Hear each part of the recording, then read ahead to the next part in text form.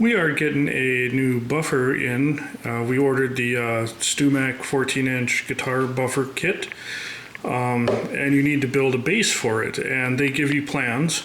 So this is a piece of 3/4 inch plywood times 2. It's glued together into a laminate, and we use the plans in the Stewmac guide to make some G-code, and we're going to run out a program to put the mounting holes in here, and then a program to cut out the shape, and then this will become the base for our Stewmac buffer.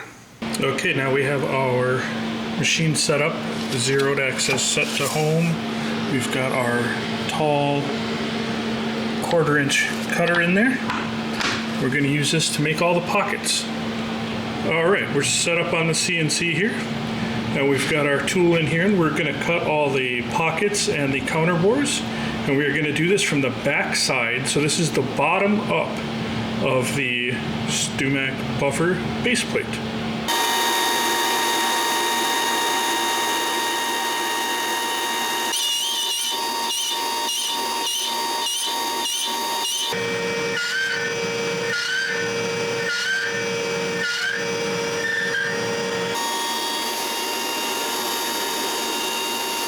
Alright, so here we've got all the holes drilled in it for the mounting. We did manage to go through all the way to the tape, which is nice. And we will set up the next tool and cut out the shape. Alright, and as you can see here, our shape is all cut out. This piece just came off, and there it is. There is our buffer base plate. So now we have it precariously suspended in the paint box here. Access to all sides. So we're either going to paint it or clear it. I haven't decided what we're going to do with it yet. I just washed it down with some grease and wax remover, so as soon as that dries, we'll figure out what color we're going to put on it, and we'll make ourselves a fancy base. So what has just arrived today is our buffer from Stewmac. We're going to do a little unboxing here and see what's in it. 2 large boxes came via delivery. Definitely got some heavy duty tape on that, which is good because this box is heavy. Packing. Oh, another box inside a box. I've ordered several really heavy things from Stewmac, and they've always come very well packaged, so that part I do like.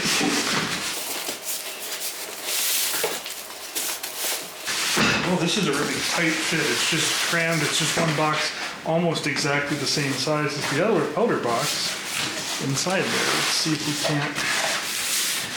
So here we've got the heavy-duty box. Looks like I got it upside down. Let's roll it over. Okay. Got the straps on it here.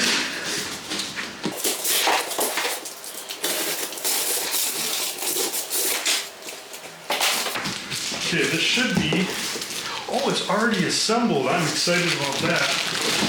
Here's the belt guard. And this is the main arbor of the buffer. And I was thinking that I was going to have to assemble this guy. Hey, look at that. It's already assembled.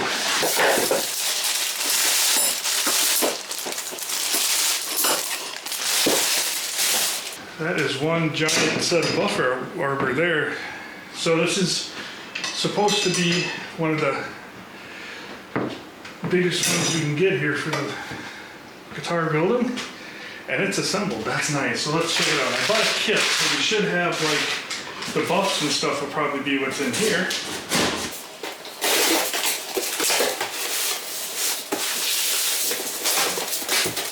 Oh yeah. Big 14-inch buffing wheel. These must be the Canton. Little extra packaging. Again, they always do a good job. Here we got the extra fine compound. The fine compound. We've got the medium compound, color tone ones there. Here we've got the pair of the, I'm assuming these are the Domit or whatever they call it. Let's see what I got. A tube. This is our buffer rake for prepping them. And we've got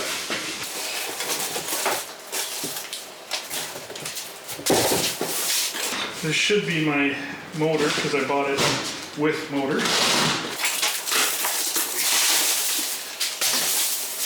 Indeed.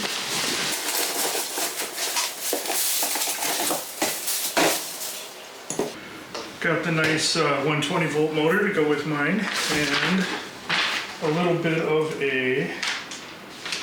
instructions here on how to put it together. Now, we previously built the base. So I have a base here that I built ready to put it on. This has got a couple layers of clear on it just to protect it. And that's what comes in your kit. So now we've got to assemble the buffer onto the platform, or the base that we've already built. So there's 4 of these 3mm Allen bolts that are holding the hood on. So we'll get those out of the way. See if we can't pop this hood off. She's on there. Nice. Mine came with a little tiny scratch right there, but considering that's not that big of a deal. Oh, nice. We've got grease zerks up here so we can keep our bearings greased for the future. I think this seems to be quite a well-built thing. And look at that. The bearings are from Japan. They're not, don't know what brand they are, but they're Japanese anyway. So we're going to take our 4 quarter 20 bolts that we just picked up, and we've got 4 bolt holes here, and they should be matching on the base. Now I made the base directly off of the schematic you get from Stewmac, so hopefully everything's going to line up here. So we're going to take and put in, I hope this 2-inch hardware is long enough, yay! So we'll grab a washer, we'll come in with a bolt through here, we'll put a washer, and we're going to take one of these nylock nuts and we're just going to loosen it on here so it's attached so the bolts don't fall out, but not attached.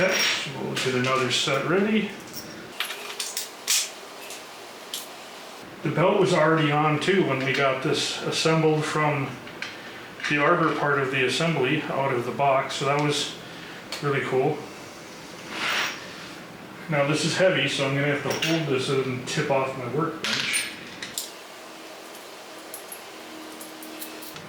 And I'll go here, and a washer, and a light screw on that one. And we'll grab another bolt, another washer, another washer, and a nut. Now this is the fixed side, so these holes aren't slotted or anything. These are the side that's just going to keep this on here. So what we're going to want to do is square this up nice to the board. If we can here, get it nice and lined up. And now we'll get those nice and tightened down. I've got a wrench right here. Now obviously I'm going to have to hold the bottom bolt, so let's slide this forward again and line this back up how we want.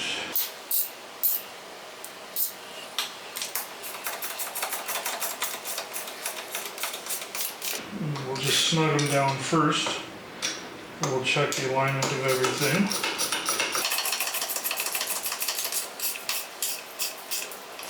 The size of this hardware that's holding these pillow blocks on and stuff is quite sizable, and the fact that you can grease these bearings really gives me hope that this is a long life buffer. Should last for a long, long time, as long as you take care of it. I don't know if it needs to be greased right off the bat or not. I'm going to look at that in a second, but first it's all about getting it to the plate.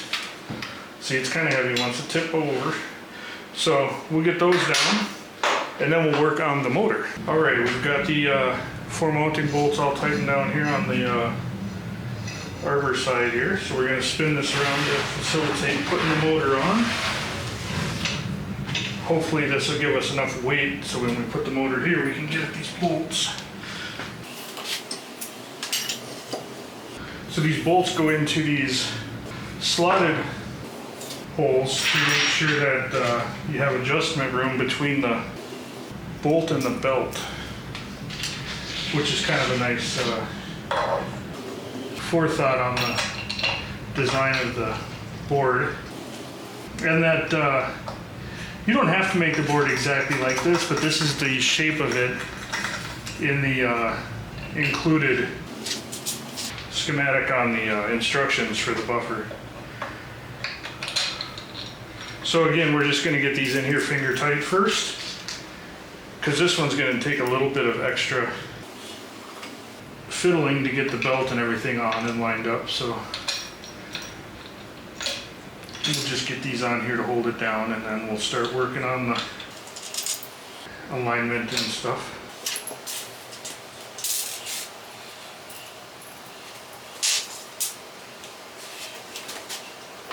So if all goes well, these will all fit nice into their slots.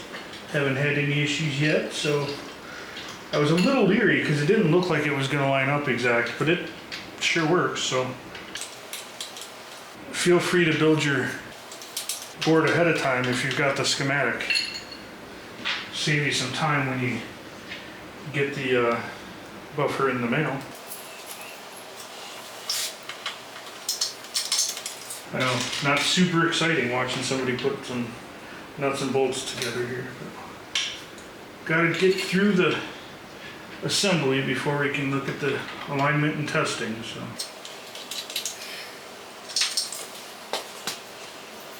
now we'll loosely put the belt on. Ooh, look at that. Move it forward.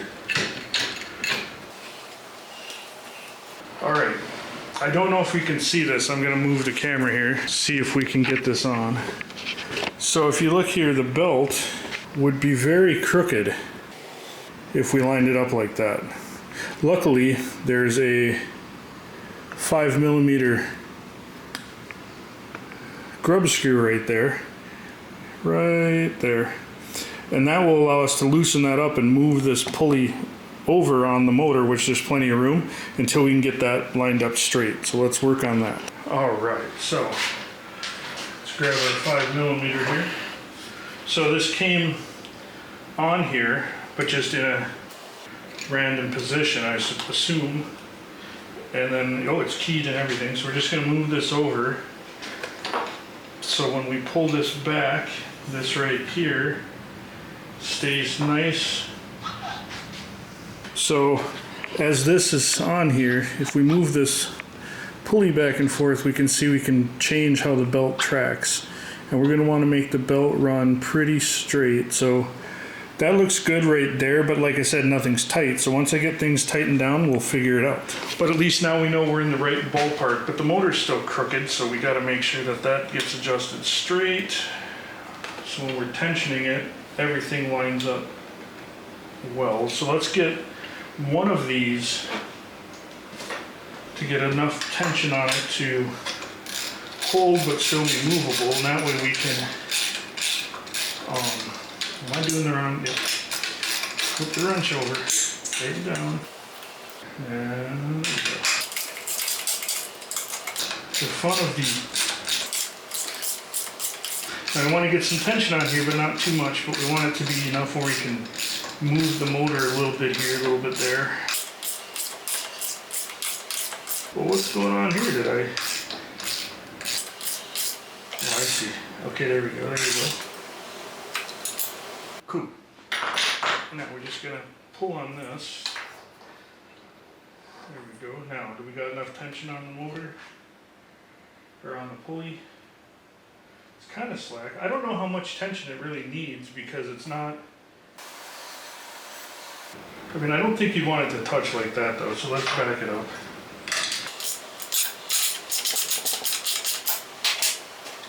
And then we'll put a little bit of tension on this side.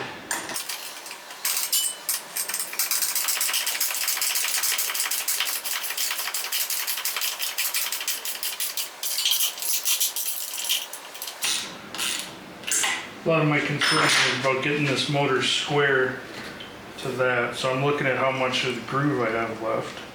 It's kind of like a little meter. So now I think if I pull on it and tighten it at the same time, which is going to be a little ridiculous, but I'm going to try it here. So if I'm going down here with the, get a little bit on it. Let's make sure that our stuff is all going the right direction here. There we go. Get a little bit of tension on it, just enough. And now if I pull this towards me against myself, maybe. Not too much tension on it already. I'm blocking it.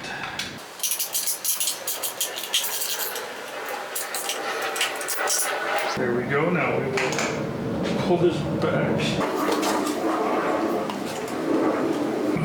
And get this to tighten up. Right. Now, that looks pretty square. We'll check in a second here.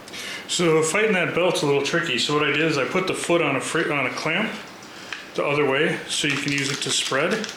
And I'm going to set this up as my belt tensioner. And put it between the motor and the pillow block here. Put a couple squeezes on it. And now my belt's pretty tight. We'll get a couple more squeezes on it just to see what we think. There we go. And now we'll anchor this one bolt nice and tight right here, because now the motor is twisted and we're not going to want that. So we'll tighten this guy down. Now we'll let off on the clamp. And we'll bring that side of the motor till the holes have the same reveal. And we'll get this side tightened down.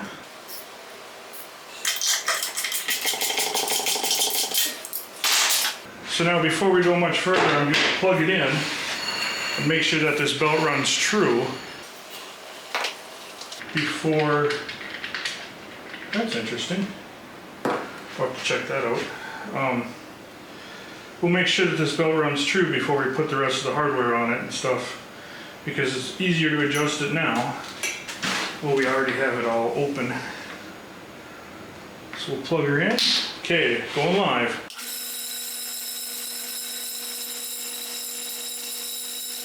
Alright, so using the old eagle eye here, I'm trying to get this belt to run completely straight and true,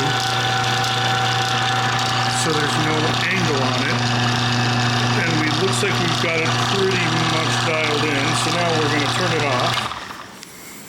We're going to roll this back, and now we're just going to tighten up this little grub screw right here, and that'll keep the, let's make sure the key is in there.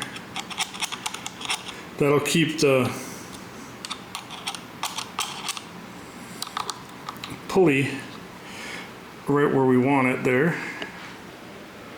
So we'll just put a little bit on him. Now we don't want to ugga-dugga him to death or anything.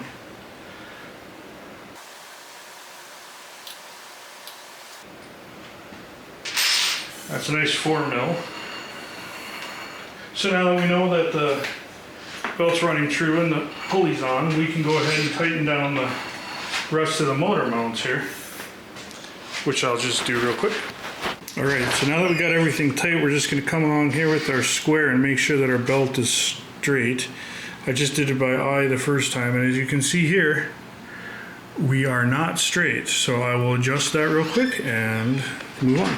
Okay, so after some review here, once we get this square aligned with the length of the pulley, and we look down the edge, we should have a gap of, come on, focus up there, roughly the same distance all the way beside the pulley, or the square in the belt. And then if I flip her over and do the other side,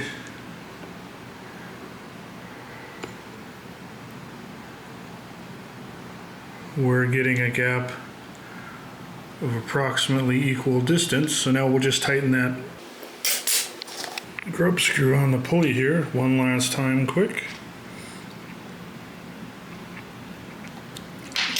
And now we should be running nice and true on the belt. All right, so now that we've got everything done here, we're gonna check and see if we need to pop off a little grease in there. I'm gonna read the instructions real quick and see what that says. Well, there's nothing in the instructions about whether or not they need to be greased, so I put 2 light squeezes from a tiny grease gun into these zerks here, clean them off, get the caps back on. Don't want any mess up here because we don't know what the grease will collect. Okay, now we'll fire her up and see if she sounds smooth.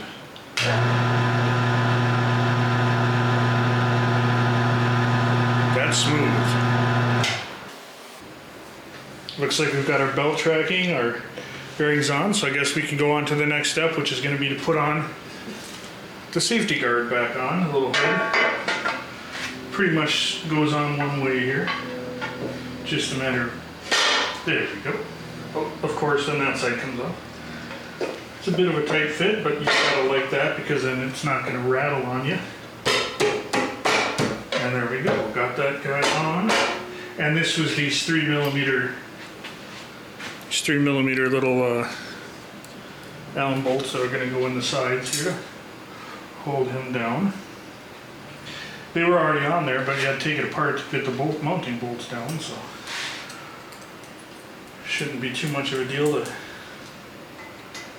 get that back on.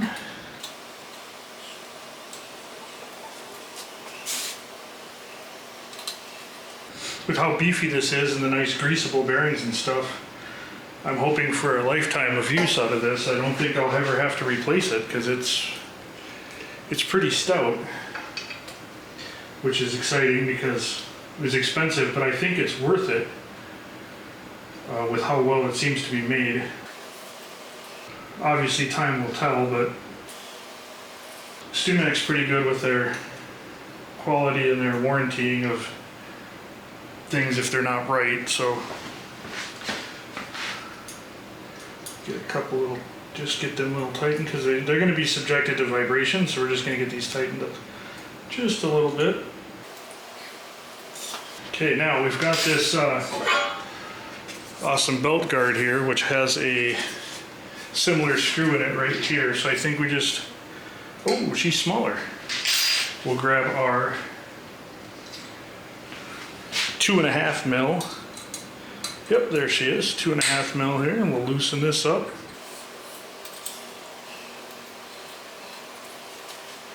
So on our guard, we've got this little hole right here. We're just going to take our belt guard,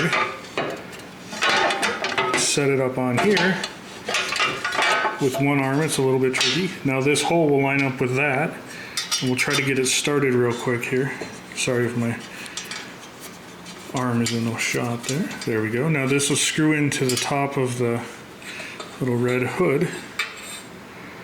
And then on the back side, there's a screw hole right there, so we can mount it down to the plywood base, and that way our belt will be covered up and won't pose any safety hazard. Right, I had to move you guys around. I didn't have room to put the buffs on the wheels on the table. So there's a flap on each one of these wheels, and you have to make sure that the flap doesn't fly open in the direction of the spinning. So this is going to spin this way, so we're going to take this flap, make sure that it's there. We've got one nut and a backer on. We're going to slide this guy on. We're going to grab the next one. Now these are the Canton wheels. I'm going to put these, now again we've got a flap here, so if I put this on this way, the flap would be going the wrong way.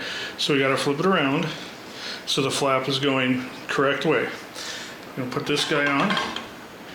So these are the mediums, or the more coarse of the 2 types of wheels you get with the kit. And these are the ones I probably won't change too often. So I'm going to put them on this side where we have the reverse thread. When we do have to change wheels, we don't have to deal with having to remember we're using the reverse thread side as often anyway. There we go, lefty tighty.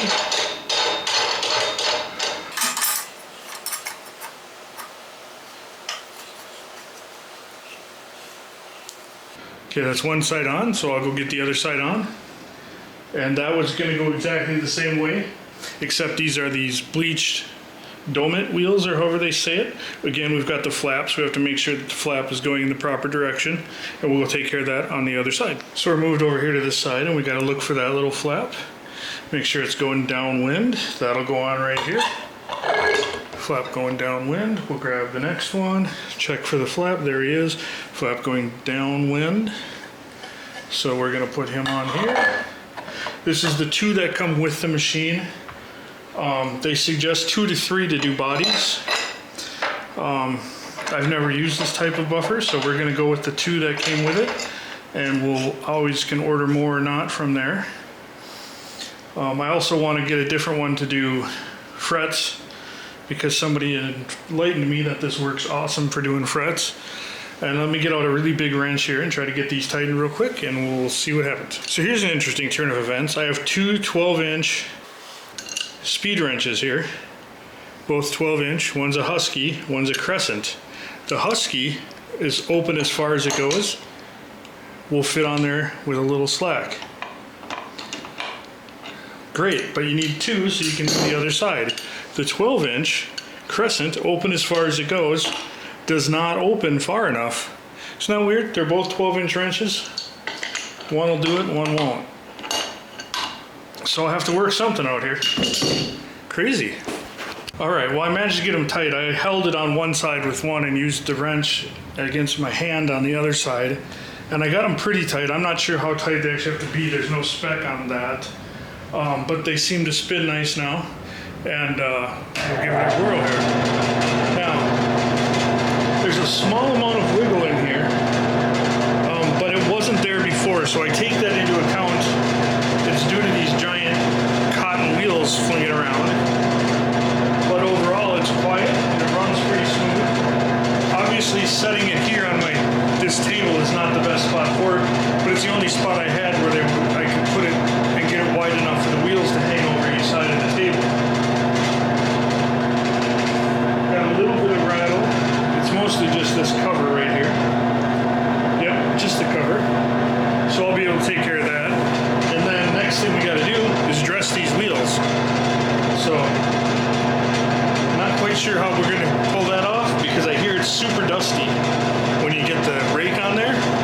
So I'm going to have to put on a mask or something, but that'll be the next step. So the source of the rattle was the belt guard.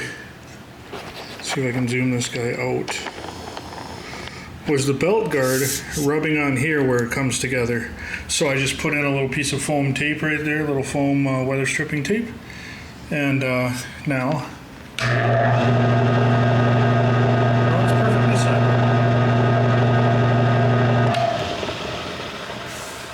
All right, so we're gonna make a pedestal stand for our big Stewmac buffer. It doesn't fit on any of the tables I have. I thought I could hang the edge over, but I can't, so because it's too heavy and it will tip off. So I'm gonna have to make a pedestal. So I ran over to the lumberyard and I got me one 2x6 and one 2x4. And I think we're gonna be able to make a stand out of that. So let's give it a whirl. I'm gonna make an 8-inch top out of a 2x6. This would be the pedestal portion. Your height will vary. My height is based on how tall I am, so I played with it until I got it to where I thought it would be comfortable. Well, that's not going to be. Got to make sure we're keeping this nice and flush on this edge and square, otherwise my plywood won't work out.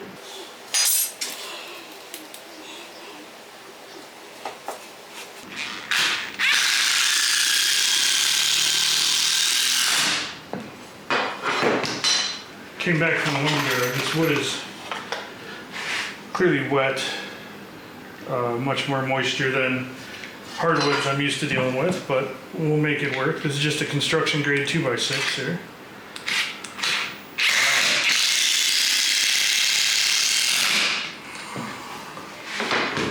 So we've got a top piece that's going to go on here. That's going to make our pedestal, and we've got 2 legs, so I got to stick this next leg on here. Which might be easier said than done. I don't really have all the clamps and everything for this, but we're going to see if we can make it happen. So we'll throw this guy in here.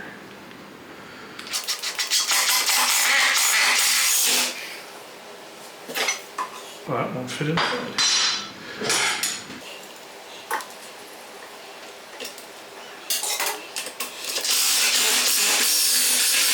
Now before that's all the way in, I'm going to grab this bottom one, try to get that in there, so I can keep that edge.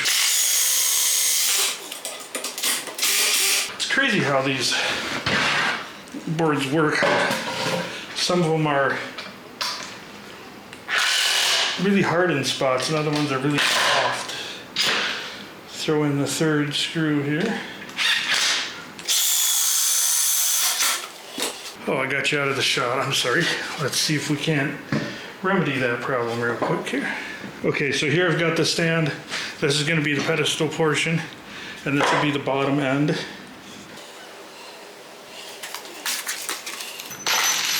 Just using 3-inch drywall screws because I had them on hand. I'm trying to do this with stuff I have. Don't really have room for this, but we're going to see.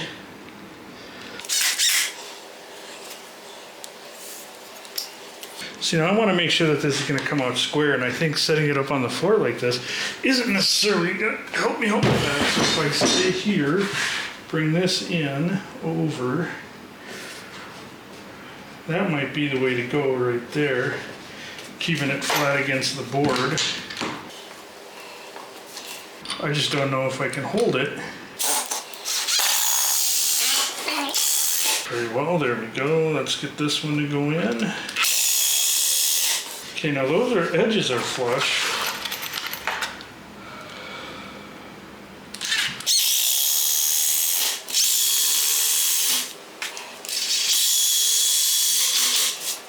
Okay, so this is pretty much going to be the pedestal portion of the stand, and the buffer's going to mount on here.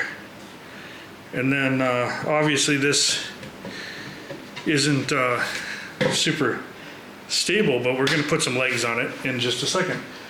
But to keep it so it stays nice and square, we're going to take a piece of 3/4 inch ply, and we're going to set that on here, and we'll laminate this bad boy on, and that'll give us the racking strength we need to make sure that this guy stays up and down. Alright, so as you can see here, I've got the piece of 3/4 inch ply on top of the pillar. We've got it clamped in place because I've got it flushed up on one edge. The other edge overhangs, so I'm going to hit that with a flush trim router bit.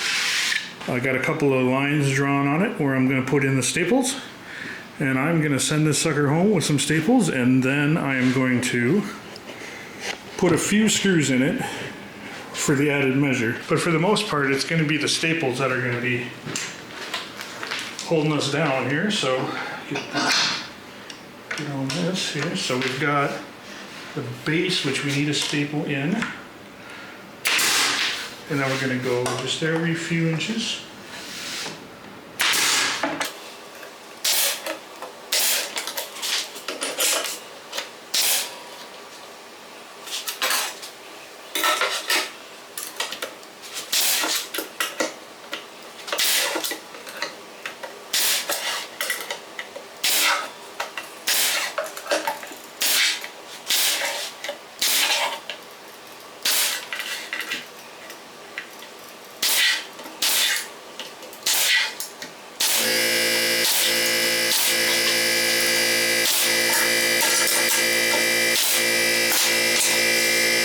So now we've got our compressor running.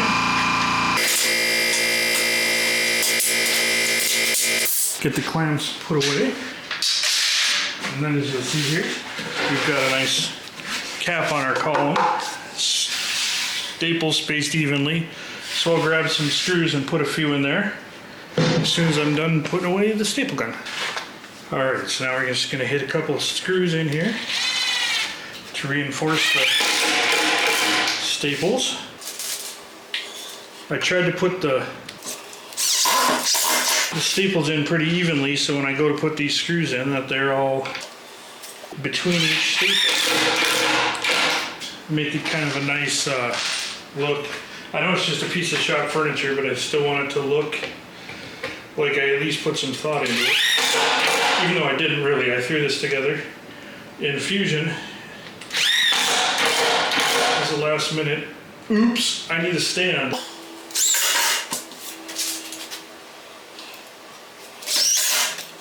I'll skip one, go one.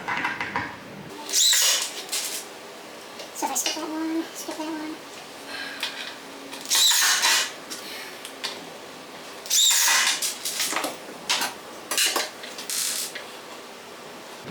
Just making sure I've got them sort of lined up with each other, so when I'm looking at it, it's not bothering me being all wonky.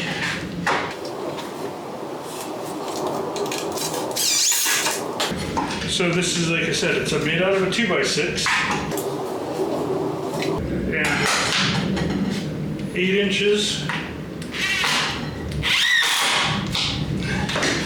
It's 8 inches across in the width of the 2x6 plus the 3/4 inch ply. And this should be a very sturdy box. So now we'll make some feet for it, and then we'll be able to put our buffer on it. All right, so I've got 2 of the legs or feet, one on each side of the pedestal. I've checked them for squareness to the floor, checked to make sure that this guy was straight up and down. Everything, these are 2.5 inches forward. I go farther to the back because the motor hangs off the back and it's heavy. In my mind, this is going to be the best way to do it. I don't know if that's true. We will find out. I've got these clamped on so I can just drive a couple screws home. These are too long, but it's all I got. They're going to the inside of the pedestal, so it's not going to hurt anything. I'm going to pre-drill because that certainly helped last time. There we go, and just, man, it's sliding too far away from me.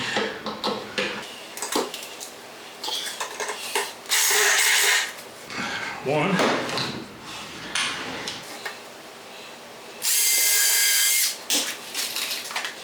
Let's try to do a little better on this one.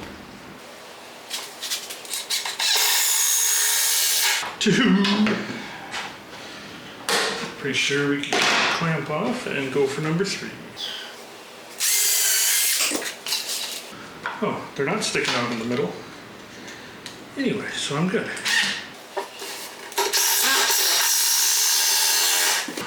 3. Now we'll spin her around.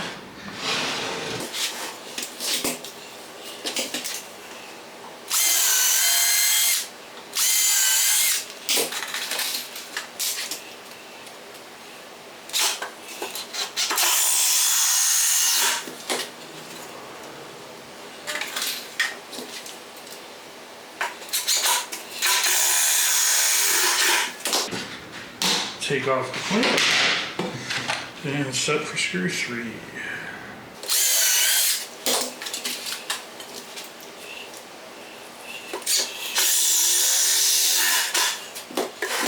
Okay, so let's do the front of the stand, the back of the stand. We'll put a couple more feet on and we'll be pretty good. So we're going to take these 24 inches, come across here. We're going to take another couple of these 14 inchers, go here and here, and make a little box that's going to sit on down here, like such. And once we get creative about it, we'll put a cap on it. Unless it doesn't bother me like that, we might just leave it. I'm gonna do some measuring real quick. All right, so now we know that we need to be at 7 1/4 from each end in to the screws to hit these guys where they need to be, with 6.5 inches overhang to each side. Pre-drilled a couple of holes. Let's see me embarrass myself with the drill again. Not bad, went right in. Go here. go. Make sure everything's not wiggly. Everything looks good. Now we're gonna come in here. We're gonna take our extra little pieces here. We're gonna put them right on the ends, one on each end, and we'll flip around and do the whole thing on the other side. I think I'll do the other side first, just for the sake of layout. So now we're gonna take this one, we're gonna come in, which side's flattest to go down. Looks like that side. So we're gonna take our 7 1/4, make a couple of marks. 7 1/4, couple of marks. We're preset to 3/4 inches on this one for the end pieces, so we'll make a couple marks on each end.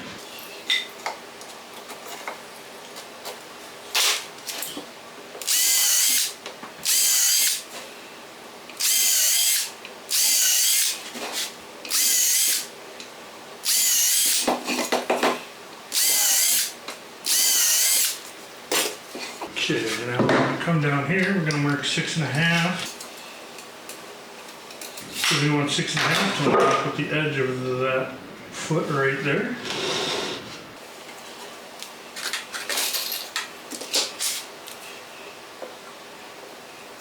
Right next to a knot, so this is probably going to be one of these sections where it's harder.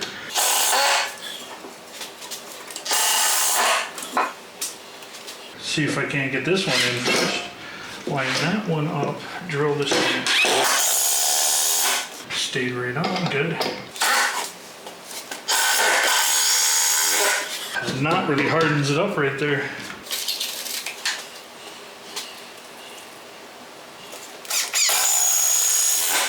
How's my battery doing? Oh, I'm down to 1 square battery. I could be low on battery too.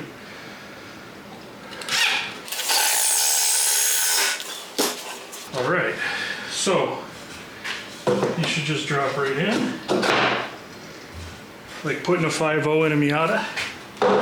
Now if all went well, this should be relatively easy to square this guy up. Yep. And it should be flush and square over here. So we'll get a couple of these sunk in, or we won't and I'll look like a fool.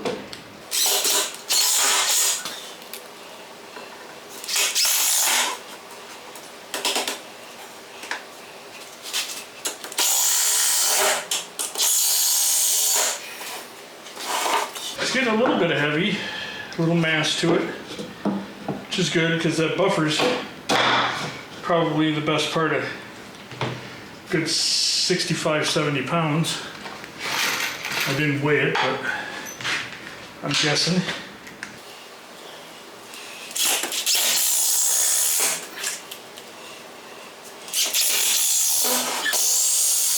Spin it around here.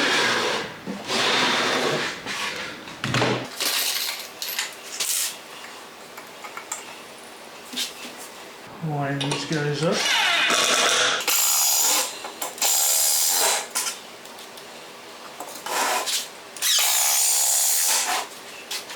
Now I know what you're thinking. If you don't have any room, why aren't you putting wheels on this thing? Well, I'm going to.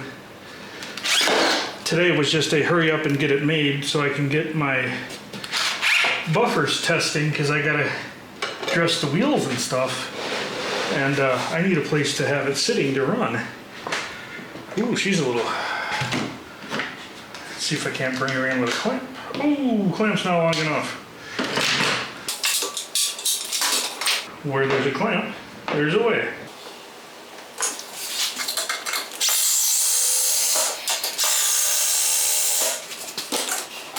Hey, it didn't fly apart.